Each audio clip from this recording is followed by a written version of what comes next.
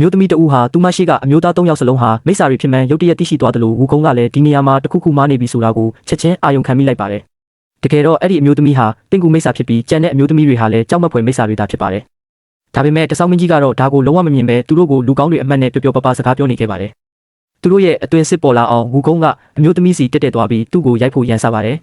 ဒါပေမဲ့ပင့်ကူမဲကဦးကြောင်ကြောင်လှုပ်ပြပြီးတိုက်ခိုက်ဖို့ညှင်းဆန်နေပါတယ်ဝူကုန်းကလက်မလျှော့ပဲတက်အပ်တစ်ချောင်းဖန်တီးပြီးသူမရဲ့ခြေထောက်ကိုထိုးဖို့ကြိုးစားကဆက်လက်ရန်စနေခဲ့ပါတယ်အဲ့ဒီအချိန်မှာပဲရှာဝူချင်းကပြေးလာပြီးဝူကုန်းရဲ့ခေါင်းကိုလက်သီးနဲ့လှမ်းထိုးလိုက်ပါတယ်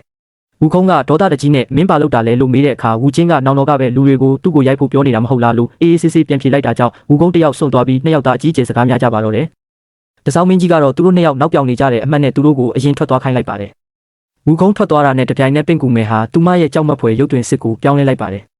ဒါကိုမြင်လိုက်ရတဲ့တစောင်းမင်းကြီးဟာကိုရောင်ဖြော့သွားပြီးစိတ်ချက်ချင်းပြောင်းကားဝူခုံးရီအမြန်ပြန်လာခဲ့ပါဦးလို့အသေးအတန်အော်ဟစ်ပါတော့တယ်ဒါဟာဝူခုံးကြိုတင်မျောလင့်ထားတဲ့အတိုင်းပါပဲသူဟာချက်ချင်းပြန်လှည့်လာပြီးကူညီဖို့ပြေးဝင်လာပါတယ်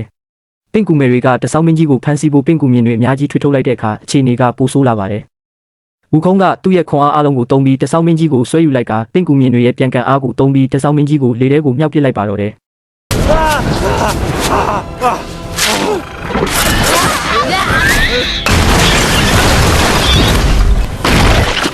နောက်လာမယ့်ဝတ္ထုတို့အသစ်တွေနဲ့စိတ်ဝင်စားဖွယ်ရာပုံပြင်အသစ်တွေကြည့်ရှုနားဆင်ဖို့အကောင့်လေးကို follow လုပ်ခဲ့ပါအောင်နော်။အသေးလေးတွေလည်းပေးခဲ့အောင်နော်